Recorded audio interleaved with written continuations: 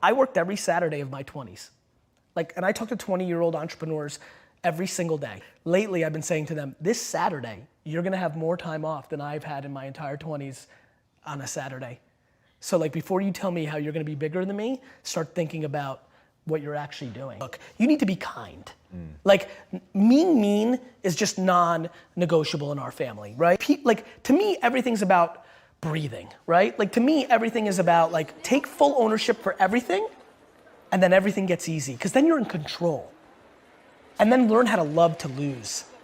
For me, my game's simple, right? It's all my fault. So now, I'm not mad at Lindsay or D-Rock, that's it, my fault. I'm empowering them. So it's actually true. My fault. Now, oh, we lost this, or this didn't deliver. All right, it's an L. Everybody's got losses. It's funny, when UFC started getting popular, I started using it to paint the picture. I'm like, look, business and entrepreneurship is much more UFC than it is boxing. In boxing, a loss is devastating. If you ever, I'm a big boxing fan, most big fights, the big fights through the year, it's just unbelievable amounts of 33-0 versus 35-0, right? Just that's what you do. You don't fight anybody, and you get to that level. Everybody's got losses in the UFC. And so I think that's how entrepreneurship, that's how life is. We all have losses. And so I like losses. I love adversity. I like the climb. I like the chip on my shoulder. I like when people are like, oh, I knew it. He's not that good. That is I'm even weirdly scared as I continue to ascend and I'm getting popular and what do you say, the marketing leading, as people start putting these words in front of my name, I'm like, am I gonna sabotage myself to recorrect this? I like adversity. So yeah, all on me. I enjoy losses. Now all of a sudden, what? You become completely invincible. I feel invincible. I really genuinely, outside of the health of myself and 20 people, feel 100% invincible as a person. I know what my intent is.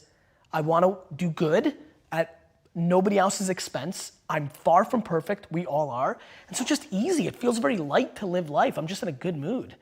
Talk to me about how your mom played into that, because a ton. So I know your mom, you've credited her with really helping to build your self-esteem, but you're also a huge believer in don't fool yourself, don't tell yourself you're good at something you're not. So how did she make you feel so good about yourself? She walked, struggling. that's a great, you're doing a good job here. Thank you, sir. It's a very good way to ask it, because the truth is, she strategically used, what I think in hindsight she did was she overemphasized things that were subjective or good. So she really, I'll never forget this. I opened the door for a woman in McDonald's in Edison, New Jersey. Literally, when I was 8. Just, we were both walking, we were a little head, and I opened it and let her walk through. If I tell you that my mom basically treated that event like I won the Nobel Peace Prize for 3 weeks. But think about how smart that is. Think about how reinforcing that played out. Played out so much that one of the most interesting comments in the 250 blogs that I've done was I got an email from somebody who said, hey Gary Vee, this comes hey, at first I thought and then I got into it a little bit and I was watching this vlog, and then the other day you nailed it home. And I'm I'm reading, I can't wait to see what I did. He's like, you went into the elevator and you let all your employees go first. And it's just so interesting, right? These subtle little things. It's important. It's so fascinating what matters to people. And I get it. I actually think that's right, but it's so weaving into me at this point. I don't recognize that. That's what she did well. She made big deals out of the things that were tried and true. And then when I got D's and F's, she punished me. Even though she knew I didn't need school, in her heart, she made me know that there was accountability for things. So I would lose television and video game and friends privileges it would always be for a month. She'd break down somewhere around day 14, 13. My sister would tattle on me when I would sneak in TV. It was a sitcom in itself, the three of us. She really made me feel special, man. She really did it right. She really, really, really pounded home my EQ, my kindness. I've done it with Xander too. He went to the playground when he was 2. We were at the playground. A little 3-year-old kid falls and skids his knee, and he walked over and was like, "Are you okay?" And I made that like a 2-week thing, right? Like empathy, right? And so she just really did a good job of making me feel good about the things that were around my kindness and my support of my sister and my leadership skills of my friends, and taking I took a bullet once for something my friend did in the neighborhood, and she thought that was a good thing, and just kind of those personality traits that I think, if all of us, everybody watching, wrote down like personality traits that we admire, anytime I showed any of those actions, she drove them home. And I think modern day parents and most parents do not do that. That's because you have experience. Like, you didn't take that for granted. Sure. The biggest thing I fear at VaynerMedia is the kids that come out of school and work at VaynerMedia, and after 3 years, you're 25 and you're like, well, what else might be out there, right? Like, They love it. They love VaynerMedia. I mean, I'm the ones that I'm thinking of. Some people don't. I mean, look, VaynerMedia is the serendipity of who you interact with, the clients you have. Like, there's a lot that can go into it. There's no one VaynerMedia, there's no one America, there's no one anything, right? But yeah, they've been getting caught. This grass is greener thing, and I'm actually very weird. I'm starting to try to, now we're at a scale where I'm a little loosening it up, but for the first 5 years, you couldn't come back. Because it was a vulnerability. Sure. Like, now we're at a different scale, and now I'm considering it a little bit more, and we've taken a couple people back. Through the years, I would break my own rule, because I think that's important. You have to be flexible, but yeah, I appreciate you saying that, but I think that's because you understand how difficult that is at scale. Sure. When you have 700 employees, to have a real culture of like good, that's hard, because you have a lot going on. When did you decide to do the Chief Heart Officer? So Claude was an incredible employee. She was an SVP, which means she ran a piece of business. She was running the Unilever business. And the way that the 30 people that interacted with her, they were bought into her at a level that was incredible. She and I just had an instant chemistry. All the stuff we're talking about here, that's what we talked about, not the other stuff. And we started talking about maybe her potentially doing something else and having a bigger impact on the company, not just running this piece of business. And then out of nowhere, she quit. And it was devastating for me. I was, that gut punch, I was just like frozen, because I don't get caught off guard that much because EQ is so good. It just completely caught me off guard.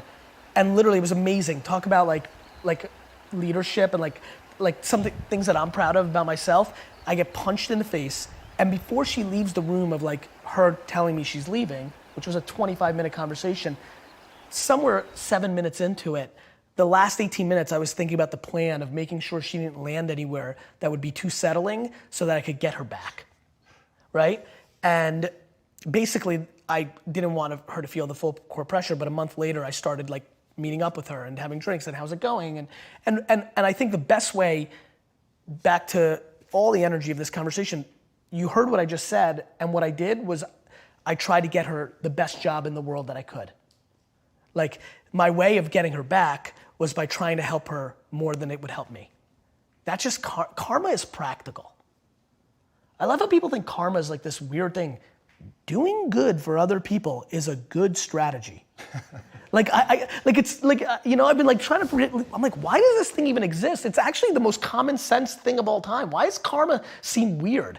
The fuck is karma? Like, wait a minute. So you're telling me like, if you do lots of good things, that weirdly good things happen to you? Yeah, that seems like common sense.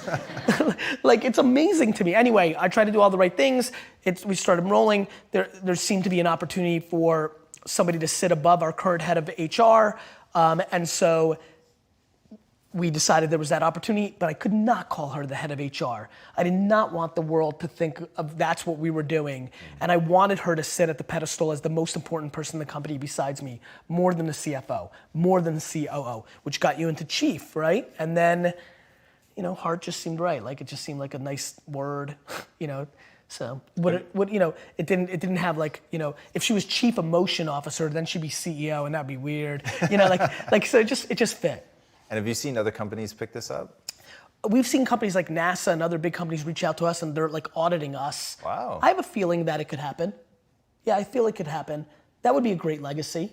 Yeah, dude, I'll tell you, from the outside, watching that and understanding the really weird dynamic that is the HR department, where they present themselves to the employee as we work for you, but in truth, behind the scenes, they feel essentially, it's not a fiduciary responsibility, it's that same kind of idea to the business, right? I don't want the business to get sued, and here's what's going on they have to be careful of. And it's like, God, the employees feel that, man. And that's why I think we're winning, because, and we have our stuff. Listen, we just did a major reorg, 60 people let go. That's really hard to convince people you're the best, but you are the best because you're doing it for the mass. Like, it's the right thing to do. But I'll tell you the person who deserves the most credit. I would say Alan Harker. Like, he's the chief financial officer, and he's been incredible. He's new, and he's been incredible in not, I told him during the interview process, I'm like, this is a bad gig. We will make decisions that are not financially sound based on my intuition of where there's growth, based on what we think about people. It's been really interesting, right? Like, we're trying to help our leaders become better business people because I believe in them. Lindsay, right? You get to work with her at Vayner Talent. She knows what she's doing, and she runs a tight P&L, but then I'm always trying to break it. It's a matrix for them, right? Because when they sit with Alan and Chief Financial, they're trying to run a business. Right. But then I'll come over the top and be like, no, this is working, hire more, and you're gonna have a negative P&L this year. But they're like, but Alan, I'm like, fucking Alan works for me. And it's like, it's a whole thing. It's a whole thing, but it's been great because we're back to pushing for opposite directions. I'm seeing it, right? I'm letting the company do its thing, but I'm a force that's equal to the company of magic. Right? And I'm pushing, and now I'm starting to really figure it out. I'm kind of like almost weirdly separating them. I'm even thinking like things like a Gary tax, right? Like and basically that's just offense, right? That's Lindsay saying, hey, I really see it. I want to go for it. And I'm like, cool, Gary tax it. And so like, what that would mean is that she can still run the business or her division properly, subtract the weird things I did dollars-wise, and then see if she's running an actual business. Because what was happening was the leaders were all under Gary tax, and they didn't know how to run a business. Right. Because my halo of being able to create top-line revenue protected all their inabilities. And as we scale, and I want to give them other opportunities, I needed them to be able to be capable outside of magic. Yeah, for sure. All right, there's one thing I have to I've never talked about that before. No, I love it. That was good, right? I saw that you were loving it, and then I was like, man, that's cool. But that's a really interesting thing for entrepreneurs that are scaling businesses, because entrepreneurship is actually completely in contradiction to running a proper business.